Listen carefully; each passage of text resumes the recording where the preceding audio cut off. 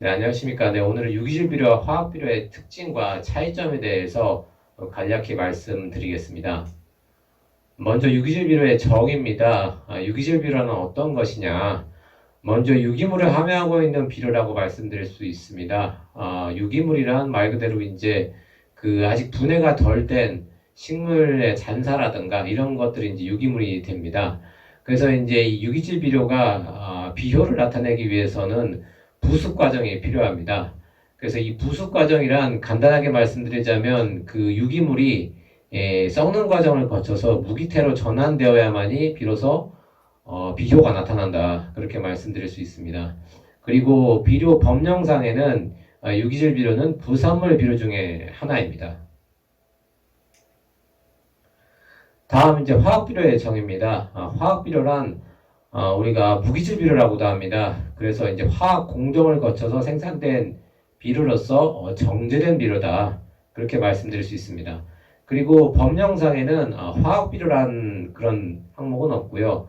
보통 비료 중에 여러 가지 항목이 있는데 그 대다수가 화학 비료다. 그렇게 말씀드릴 수 있겠습니다. 앞서 말씀드린 이제 법령을 살펴보면 크게 보통 비료와 부산물 비료 이 두 가지로 나뉩니다. 그래서 앞서 말씀드린 화학 비료는 이 보통 비료에 포함이 됩니다. 그래서 종류는 질소질 비료, 인산질 비료, 칼질 비료 그 여러 가지 비료가 지금 해당이 되고 대부분의 보통 비료가 화학 비료다 그렇게 말씀드릴 수 있습니다. 그리고 이제 부산물 비료에 유기질 비료가 포함되는데요. 우리가 보통 퇴비는 유기질 비료가 아니라 부속 유기질 비료에 포함이 됩니다. 부속 유기질 비료란 그 말 그 자체대로 부속이 완료된 유기질 비료다. 그래서 퇴비 같은 경우에는 부속이 완료가 됐기 때문에 퇴비는 부속 유기질 비료에 포함이 된다. 그렇게 말씀드릴 수 있습니다. 다음 유기질 비료의 종류에 대해 말씀드리자면 유기질 비료는 대표적으로 어박, 골분, 대두박, 깻목, 채종류박 여러 가지 종류가 있습니다. 그래서 앞서 말씀드린 유기질, 즉 이제 유기물이 포함된 비료가 유기질 비료다. 그렇게 말씀드릴 수 있습니다. 다음 이제 화학 비료는 앞서 말씀드린 보통 비료의 대부분이 이제 해당이 되는데요. 우리가 잘 알고 있는 유한, 요소, 석회질소, 황산칼륨, 복합비료, 양액비료 등 보통 비료의 대부분이 화학 비료다. 그렇게 말씀드릴 수 있습니다. 네, 본 사진은 저희 자사 제품인데요. 유박이 대표적인 유기질 비료라고 말씀드릴 수 있습니다. 그리고 이제 양액 비료가 대표적인 화학 비료 중에 하나다. 그렇게 말씀드릴 수 있습니다.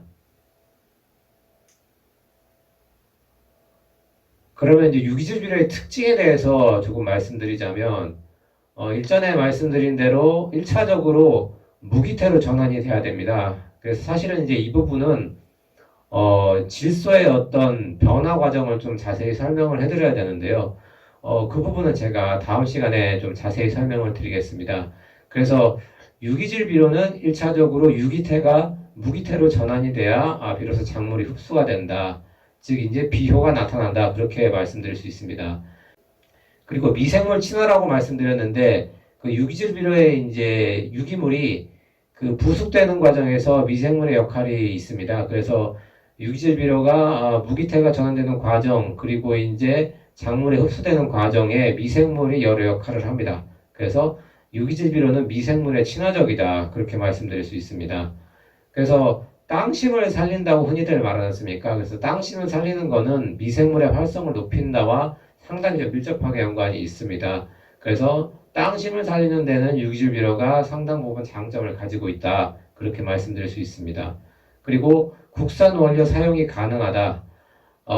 이전 시간에 말씀드린 대로 유기질 비료의 모든 원료가 국산은 아닙니다. 다만 원료를 국산화할 수 있는 거는 유기질 비료다. 그렇게 말씀드릴 수 있습니다. 그래서 실제로 원료가 모두 국산인 제품이 현재 시중에도 나와 있고 저희 자사 제품에도 그런 제품이 있습니다. 그리고 완효성입니다. 완효성이란 거는 그 비효가 빠르게 나타나지 않고 서서히 천천히 오래 지속되게 나타난다. 그렇게 말씀드릴 수 있습니다. 아무래도 이제 유기물이 무기태로 전환되고 비효가 나타나기 때문에 상대적으로 좀 더 이제 천천히 비효가 나타나고 천천히 나타나는 만큼 좀 더 오래 비효가 지속된다. 그렇게 말씀드릴 수 있습니다. 그리고 이제 화학비료의 특징은 화학비료의 가장 큰 장점은 속효성입니다. 농민들께서 이제 화학비료를 선호하시는 이유 중에 하나가 빠르게 효과가 나타나는 거죠. 이제 빠르게. 근데 이제 화학비료 같은 경우에는 그 원료의 대부분이 수입산입니다. 제품은 국산이 많은데 그 제품의 원료는 대부분 수입입니다. 그리고 화학적으로 정제해서 만들기 때문에 고농축으로 조제가 가능하다. 이 부분은 화학비료의 장점이라고 말씀드릴 수 있습니다. 이제 우리가 이제 비료를 얘기를 할 때 사실 가장 중요한 건 역시 이제 식량입니다. 그리고 이제 식량은 식량 자급률이 굉장히 중요하다고 말씀드릴 수 있습니다. 우리가 보통 식량 자급이라고 하면은 단순히 식량 자원을 국내에서 생산하는 것만 생각을 하지만 실질적으로 국내에서 생산을 할 때 식량이 잘 자라게 하는 것이 무엇보다 중요하기 때문에 비료도 매우 중요하다 그렇게 말씀드릴 수 있습니다.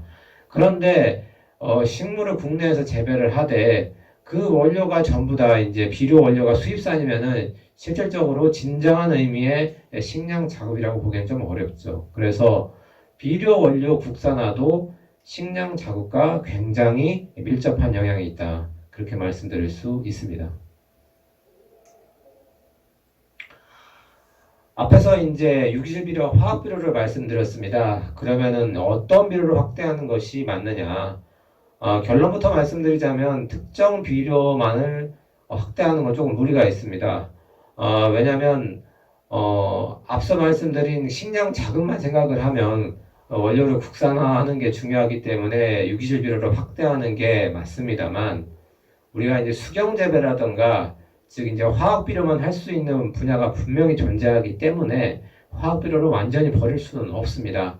그래서 화학 비료가 갖고 있는 장점 그리고 이제 유기질 비료가 가지고 있는 장점 두 가지 장점을 잘 이제 상호 보완적으로 적용을 해서 적정한 양을 사용하게끔 하는 것이 가장 필요하다. 그렇게 말씀드릴 수 있습니다.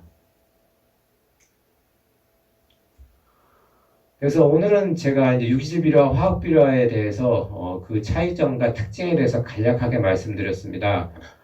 그리고 이제 무엇보다 중요한 식량 자급과 관련돼서 그 비료와 밀접하게 연관이 있다고 말씀을 드렸습니다.